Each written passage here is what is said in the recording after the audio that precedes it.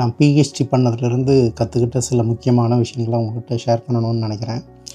அதில் நம்பர் 1ன்னு நான் நினைக்கிறது என்னென்னா, ஒரு விஷயத்தை எப்படி கேள்வி கேட்கணும், கேள்வி கேட்குறது எப்படி நம்மளுக்கு உபயோகமாக இருக்கும் அப்படிங்கிறத பிஹெச்டியிலேருந்து தான் கற்றுக்கிட்டேன்.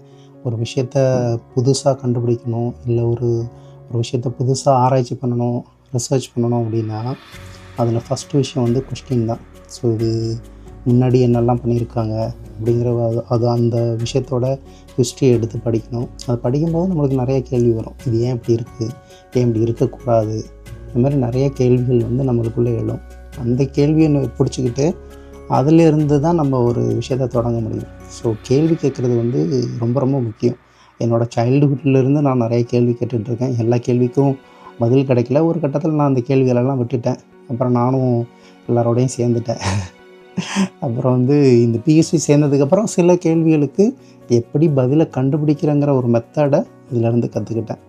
ஸோ நீங்களும் உங்களுக்குள்ளே நிறைய கேள்விகள் இருக்கும். அந்த கேள்விகளுக்கு எப்படி பதிலை கண்டுபிடிக்கணும் அப்படிங்கிறத நீங்கள் யோசித்து பார்த்தீங்கன்னா உங்களுக்கு தெரியும். நிறையா புத்தகம் படிக்கலாம், இல்லை நிறையா வழிமுறைகள் இருக்குது. இந்த வழிமுறைகளை நோக்கி நீங்கள் போகணும், படிக்கணும், கேட்கணும். நம்ம ஒரு ஓப்பன் மைண்டடாக இருக்கணும். ஸோ இது ரொம்ப முக்கியமான விஷயம். 2வது பார்த்திங்கன்னா, ஒரு விஷயத்தை ரொம்ப டீப்பாக அண்டர்ஸ்டாண்ட் பண்ணிக்கிறது. நம்ம சைல்டுஹுட்லேருந்து ஸ்கூலிங்லேருந்து காலேஜ், அப்புறம் மாஸ்டர்ஸ் போகும்போது கொஞ்சம் ஸ்பெஷலைஸ்டாக இருக்கும். பிஹெச்டி போகிறப்ப எப்படி இருக்கும் அப்படின்னா, ரொம்ப ஸ்பெஷலிஸ்ட்டாக ஒரு ஹைட்ராலஜி இல்லை ஒரு ரிவர் இருக்குன்னா, அந்த ரிவரில் ஃப்ளோ எப்படி இருக்குது அதை மட்டுமே படிக்கிறது. அந்த மாதிரி ஒரு விஷயத்த ரொம்ப டீப்பாக கேள்வி கேட்கும்போது நம்ம நிறையா டீப் அண்டர்ஸ்டாண்டிங் வரும் நம்மளுக்கு. ஸோ இந்த மாதிரி பிஹெச்டிலேருந்து நான் கற்றுக்கிட்ட ஒரு முக்கியமான விஷயம் என்னென்னா, அண்டர்ஸ்டாண்டிங் திங்ஸ் டீப்லி. அதுக்கு டீப்பான கொஸ்டின் கேட்கணும். அதுதான் ரொம்ப முக்கியமான விஷயம். நீங்களும் ஒரு விஷயத்தை பர்சனலாக ஏதோ ஒரு விஷயத்தை டீப்பாக அண்டர்ஸ்டாண்ட் பண்ணணுன்னா, you should have deep questions. அடுத்து இட் பில்ட்ஸ் இன்வேல்யூபிள் டிசிப்ளின். டிசிப்ளின்னா என்னோடய ஒரு 5.5 வருஷ ஜேர்னியில் நான் எடுத்து யோசித்து பார்க்கும்போது, எல்லா நாளும் நான் அப்படியே பயங்கரமாக ரிசர்ச் பண்ணேன், நான் எல்லா நாளும் ஒரு மாதிரி பயங்கரமாக இருந்தேன், ஆக்டிவாக இருந்தேன் அப்படின்லாம் சொல்ல முடியாது. ஆனால் from the day 1 to the end of the day வரையும் நான் அதை விடாமல் இருந்தேன். அந்த ஒரு விஷயம் இருந்துச்சு. அப்புறம் ஒரு டாஸ்க் நம்மளுக்காக நம்ம ஃபிக்ஸ் பண்ணிட்டோம் அப்படின்னா, அதுக்கு எவ்வளோ டைம் ஆனாலும் அதை எப்படியோ முடிக்கணும் அப்படிங்கிற ஒரு விஷயத்த நான் கற்றுக்கிட்டேன். இதில் ரொம்ப முக்கியமான விஷயம் இந்த டிசிப்ளின் தான்.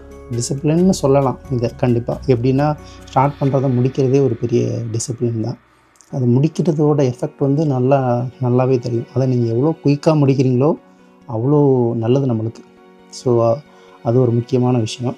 அடுத்து பெர்சிவரன்ஸ், பேஷன். பெர்சிவரன்ஸ் இப்போ நான் சொன்னது, இதுக்கு முன்னாடி சொன்ன மாதிரி தான். அந்த ஒரு இன்வேல்யூபிள் டிசிப்ளின் இருக்குல்ல, இது எல்லாத்தையும் சேர்த்துட்டு பெர்சிவரன்ஸோட கனெக்ட் பண்ணோன்னா எப்படின்னா, ஃபார் எக்ஸாம்பிள் ஒரு எக்ஸ்பெரிமெண்ட் பண்ணுறோம், இல்லை ஏதோ ஒன்று பண்ணுறோம், ஸ்டார்ட் பண்ணுறதுக்கு ஒரு சிமுலேஷன் பண்ணுறோம் அப்படின்னா, எடுத்தோடனே அது பர்ஃபெக்ட் ரிசல்ட்ஸ்லாம் கிடைக்காது. ஃபஸ்ட்டு எப்படி பண்ணணுன்னே தெரியாது. அதை கற்றுக்கிறதுக்கு நிறைய கோர்ஸ் போகணும், நிறையா மெட்டீரியல்ஸ் படிக்கணும்.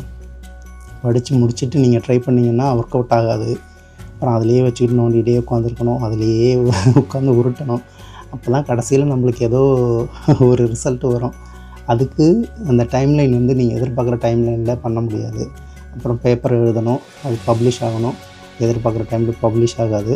அப்புறம் கையில் காசு இருக்கணும். ஃபண்டு நம்ம ஊரில் ஃபண்டிங்லாம் ரொம்ப கம்மி தான்.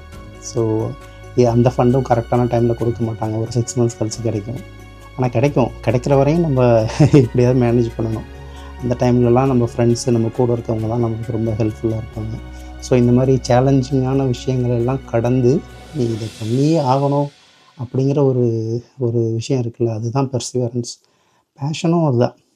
நீங்கள் ஏதோ ஒரு விஷயத்த நீங்கள் லைஃப்பில் ரொம்ப பேஷனேட்டடாக பண்ணணும் அப்படின்னா, நிறைய கஷ்டங்களை, சேலஞ்சஸ் எல்லாம் தாண்டி அதை பண்ணி முடிக்கணும்.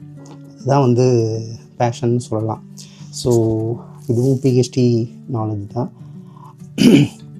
அப்புறம் ஒரு விஷயத்தை புதுசாக க்ரியேட் பண்ணுறதுங்கிறது ஒரு பயங்கர ஹாப்பியாக இருக்குது. பிஹெச்டியில் ஒரு ஒரு விஷயம் கொஸ்டின் ஆரம்பித்து அதை மெத்தடை கண்டுபிடிச்சி அதில் ஒரு ரிசல்ட் வரும்.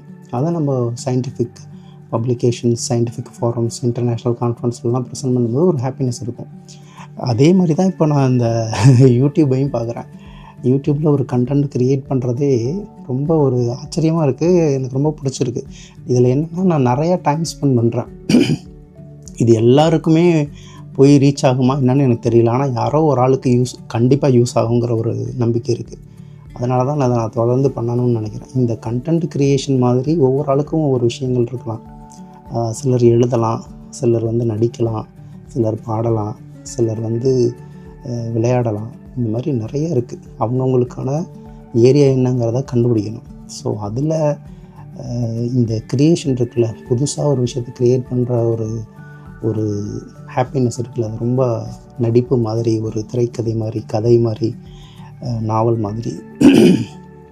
அது ஒரு ரொம்ப பயங்கரமான ஒரு ஹாப்பினஸ்.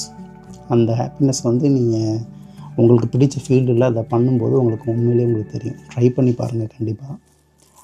அப்புறம் மேனேஜிங் மைண்டு அப்படின்னு சொல்லலாம். மேனேஜிங் மைண்டுனால் இந்த மாதிரி நான் சொன்னேன்ல, ஸ்டார்டிங்லேருந்து முடிக்கிற வரையும் நம்மளுக்கு நம்ம எதிர்பார்க்குற மாதிரியே எல்லாமே நடக்கும் சொல்லவே முடியாது. ஃபண்டிங் ஆகலாம், ரிசல்ட்ஸாக இருக்கலாம், மெத்தட்ஸாக இருக்கலாம். இப்போ நம்ம ஒரு ஆளை போய் அப்ரோச் பண்ணுவோம், அவங்க கரெக்டாக இருப்பாங்களான்னு தெரியாது. நம்ம ஊரில் பிஹெச்டி சூப்பர்வைசர்ஸே ஒரு பெரிய சேலஞ்சஸ் தான். எல்லாருக்குமே அப்படி சொல்ல முடியாது. சிலருக்கு இருக்கலாம் அந்த மாதிரி ரொம்ப சேலஞ்சிங்கான சூப்பர்வைசர்ஸ் இருக்கலாம், டஃப்பாக இருக்கலாம். அதை ஹேண்டில் பண்ணி வெளியில் வரதே ஒரு பெரிய விஷயந்தான். அந்த மாதிரி தான் நம்ம எல்லா சிச்சுவேஷன்லேயும் பிஹெச்டி எக்ஸாம்பிள் எடுத்துக்கிட்டு நீங்கள் எதில் வச்சு பார்த்தாலுமே அப்படி தான். நம்ம ஒர்க் பண்ணுற டீமாக இருக்கலாம், இல்லை ஃபேமிலியிலேயே கூட இருக்கலாம், எப்படி வேணால் இருக்கலாம். அவங்க எல்லாரையுமே விட்டு கொடுத்துட்டும் போக முடியாது.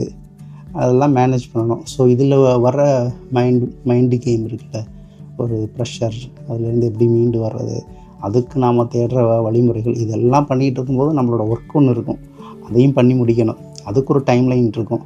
அந்த டைம் லைனில் முடித்தா தான் நீங்கள் பண்ண முடியும். நான் முடிக்கும்போது என்னாச்சு, கரெக்டாக முடிக்கும்போது கரெக்டாக கொரோனா வந்துருச்சு. கொரோனா வரும்போது அதில் ஒரு 1 இயர் ஆல்மோஸ்ட் வீட்டில் போயிடுச்சு. ஸோ இந்த மாதிரி நம்ம எதிர்பார்க்காத சிச்சுவேஷன்ஸ் எப்படி வேணால் நடக்கலாம். ஸோ இதெல்லாம் தாண்டி நம்ம முடிக்கும்போது தான் அதில் உண்மையிலே ஒரு ஹாப்பினஸ் இருக்கும். இந்த மாதிரி விஷயங்களில் நீங்களும் எல்லாருமே கடந்து தான் வருவோம். அவங்கவுங்க பண்ணுற வேலையில் இது எல்லாமே செய்கிறது தான். இது ஒன்றும் புதுசாக ஒரு பயங்கரமாக நான் மட்டும் தனியாக பண்ணியிருக்கேன் அப்படின்லாம் கிடையாது. அவங்கவுங்க ஃபீல்டில் பண்ணிட்டு தான் இருக்காங்க. மைண்ட் கேமாக இருக்கட்டும், டைம் மேனேஜ்மெண்ட்டாக இருக்கட்டும், அவங்களோட டாஸ்க்கை முடிக்கிறதா இருக்கட்டும், இந்த மாதிரி நிறைய விஷயங்களை நம்ம எல்லாருமே பண்ணிக்கிட்டு இருக்கோம். அதை ஆர்கனைஸ் பண்ணிவிட்டு அந்த தாட்ஸை கன்வே பண்ணணும்னு நினைக்கிறேன். அவ்வளோதான் இதில் நான் பண்ணணும்னு நினைக்கிறது. யோசிச்சு பாருங்கள். இது எல்லாம் நீங்களும் பர்சனல் லைஃப்பில் அப்ளை பண்ணலாம். ஒரு விஷயத்த கேள்வி கேட்குறது, அதை டீப்பாக புரிஞ்சுக்கிறது, அப்புறம் பர்சீவரன்ஸ் விடாமல் இருக்கிறது, அப்புறம் மைண்ட் கேம்ஸ், நம்மளோட மைண்டு கரெக்டாக மேனேஜ் பண்ணுறது, டைம் மேனேஜ் பண்ணுறது, இதெல்லாம் பண்ணி விடாமல் ஒரு விஷயத்த பண்ணிங்கன்னா கடைசியில் நீங்கள் எதிர்பார்க்குற ஒரு வெற்றி கண்டிப்பாக கிடைக்கும். ஸோ இதுதான் என்னோடய பிஹெச்டி லெசன் நினைக்கிறேன். யோசிச்சு பாருங்கள், யூஸ்ஃபுல்லாக இருக்குன்னு திங்க் பண்ணி அப்ளை பண்ண முடிஞ்சால் அப்ளை பண்ணுங்கள்.